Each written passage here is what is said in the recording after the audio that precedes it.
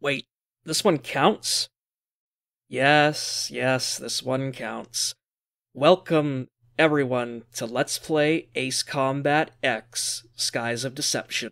We're almost done this little experiment, but before we get to Ace Combat 7, we're gonna take a brief little detour to the first Ace Combat game on the PSP, good old Ace Combat X, and while I kinda joke at the start about whether or not this one is canon, this one does take place pretty much as far away from the main plot and storyline and continuity of the rest of the Ace Combat franchise as you can possibly get, because only complete lunatics would make a game for the PSP that is completely skippable, that has actual continuity implications for the rest of the franchise. Hello, Killzone Liberation, setting up the plot to Killzone 2.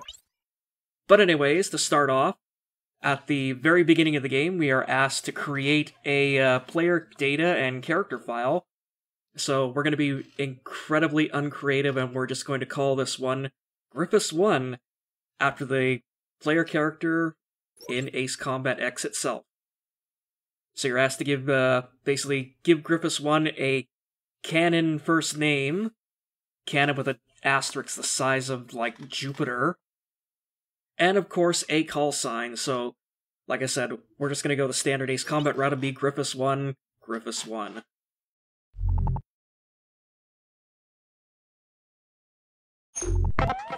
So to start things off, just before we get going, let's take a little bit of a look under the hood and see what is going on here with Ace Combat X's options. Of course, we're going to be playing this, as always, in third-person mode, and take a look at the controller scheme and the gigantic mistake that it was to create an Ace Combat game for the PlayStation Portable with its single thumbstick. But the good news is, because I'm playing this on an emulator and button remapping is a thing, I've basically been able to redo the control setup, as it were, so that the game plays more like a proper Ace Combat game would on an actual console setup. And it's a good thing, too, because the controller I am basically playing this on is a Logitech gamepad, which is like an Xbox 360 game controller, but more. So again, this is all just simple housekeeping stuff, just statistics that will eventually be filled in over the course of the game, your medals and whatnot. Again, these are just achievements for single-player, multiplayer. We'll be seeing those in bonus updates, but anyway, let's get on with this. It's time to start things off, and oh boy, does Ace Combat X start you off pretty much with no fanfare. Okay, let's begin the briefing. Operator Eugene Solano, I'll be keeping you up to date. We've got news that an invading LASAP squadron has just taken off from the Puna Plains, en route for an attack on our position, Aubrey Base. From their perspective, this attack is the final nail in our collective coffin. After all, this is the only base that hasn't fallen under their control. I guess we can consider ourselves lucky. It looks like the enemy has gotten a little overconfident and sent only a small attack force. Griffith Squadron, prepare for launch immediately. Fly around the mountains and avoid enemy radar. Oh, I forgot. The enemy squadron consists mainly of bombers supported by several fighters. Please protect this base and destroy the enemy bombers. If everything goes well, we should be able to get the upper hand on the enemy in this area. All right, please prepare for launch. Let's pay back the LASAP forces with at least one defeat. One final thing. During combat, my codename will be Crux. I will keep you up to date on the battle situation, so please pay attention to your radio. Okay, so yeah, this seems quite familiar to basically anyone familiar with an Ace Combat game. It's your standard first mission, run down a flight of bombers before they blow up your base mission. And we also get a little tiny bit of characterization for both our briefing guy slash AWACS operator, Eugene Solano, aka Crux. And we're going to be seeing him develop a little bit more as the game goes on, but so yeah, right now, because brand new starting game, we've only got the F4E Phantom at our disposal. Nice little callback to the way Ace Combat 04 starts out. So, Yeah, it seems respectable enough. And of course, right off the bat, we get a title drop. Clark to Griffith Squadron. Maintain your present course. Do you see the enemy formation on your radar? Read you loud and clear. We're coming up on the enemy from behind, just like we planned. You can let the escorts go. Just make sure you take out all bombers. We'll show them what we got. After all, we're Aurelian pilots. Isn't that right, Captain? Excuse me, Griffith 2. Please use code names during the mission. Understood. Yeah, this new guy does everything by the book. Don't you think Griffith 1? What? Hold on a second. The city's being bombed. Unbelievable. There are no military facilities in that city. What are you doing? You shouldn't be wasting ordnance. Relax. We're just going to bomb some base in the sticks, right? There'll be more... So anyways, right off the bat, we are introduced to a couple of the incidental members of Griffith's squadron, namely Rick and Roy, though not to spoil anything, but I wouldn't be getting too attached to them. Especially Rick, who, interestingly enough, manages to be an even worse wingmate than Shamrock does in 2 minutes than Shamrock did in 2 hours worth of gameplay. Also, that was our first named ace that we just shot down there.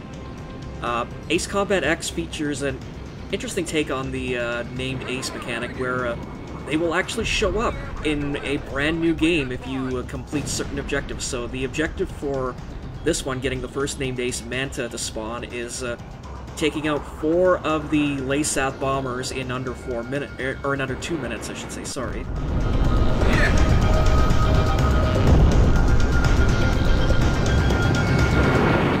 So yeah, you might be noticing basically how Ace Combat X kind of plays as an Ace Combat game on the PSP, which is if you're playing on expert controls, the yaw is actually mapped to the D-pad, so left and right controls your rudder.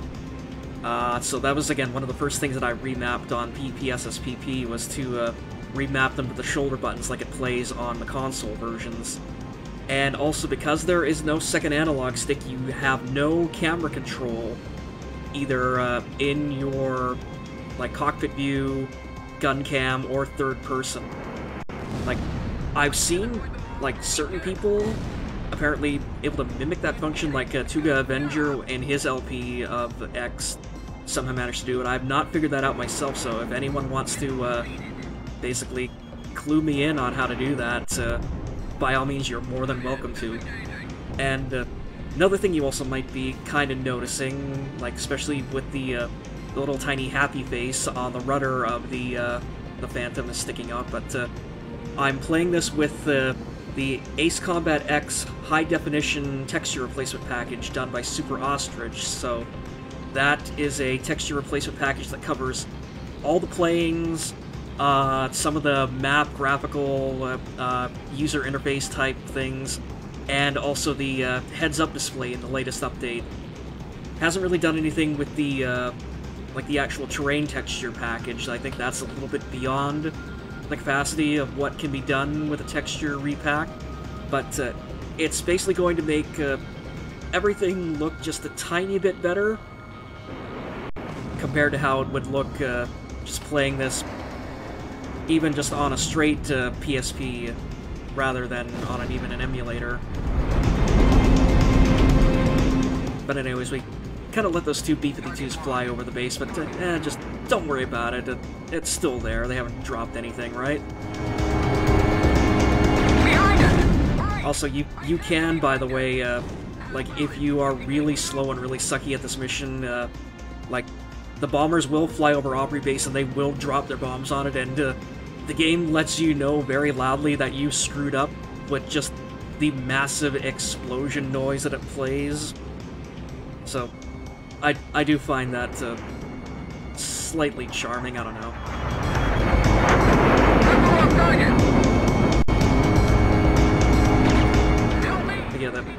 Again, good thing about just starting out brand new mission with an Ace Combat game, you're only being thrown up against F5s and F1s, and of course the lone F3 or the lone F4 Phantom for the named Ace. So, you know, not very dogfight intensive, which is a good thing for basically taking out the trolley with the 3 stuck wheels, aka the Phantom, for your first run. Bomber destroyed. But anyway, this is it here. This is our final bomber, which, by the way, bombers, and a lot of targets actually in Ace Combat X, take 3 missiles to go down, so oh boy, this is gonna be a fun one. Yeah! Take that! Baked every last one of them. Didn't even break a sweat.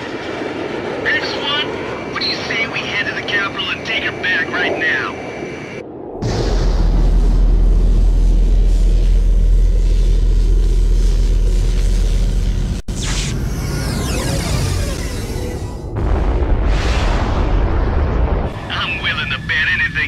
Scared and ran away. I've got a reading on radar.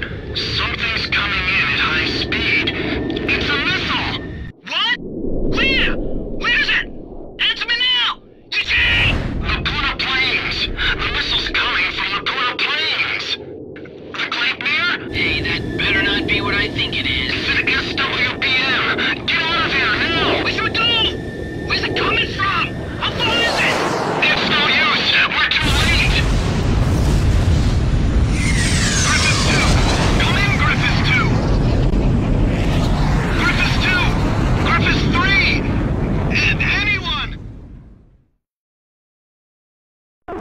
The mission was a success. The destruction of the enemy bombers will help keep an enemy invasion of Aubrey base at bay. However, we also suffered serious losses. There's no way anyone could ever call this mission a success. I'm sorry. I couldn't do anything to save them. So that's the super weapon LASAF used to take over all of Aurelia in only 10 days. Who could have imagined that they possessed such destructive power? Well, I suppose we've had worse starts to an Ace Combat game, but I guess that shows you the tone we're setting for this one. So strap in, folks, because we're just getting started, and welcome to Let's Play Ace Combat X.